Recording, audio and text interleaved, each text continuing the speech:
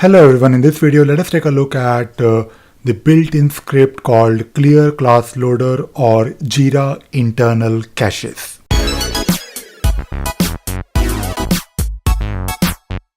So there is a very good built-in script called Clear Class Loader or Jira Internal Caches. So let us take a look at this particular script. So when you go inside this particular built-in script, you actually have two options.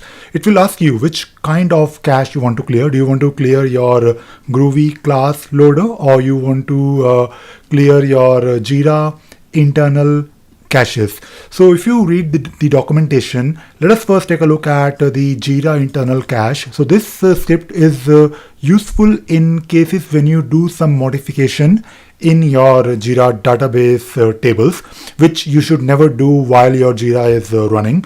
If you want to do some change in your database for any reason, you should first shut down your Jira and then make a change, and then again start your Jira instance. So if you do some changes in your database, you can actually trigger this global clear cache event using this particular script.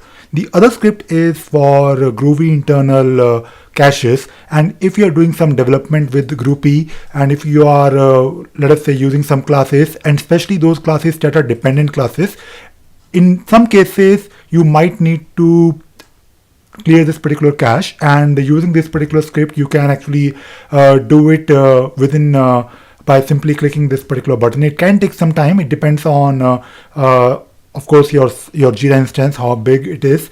So let us first clear your Groovy class loader. You can simply select this particular script and click on the run button.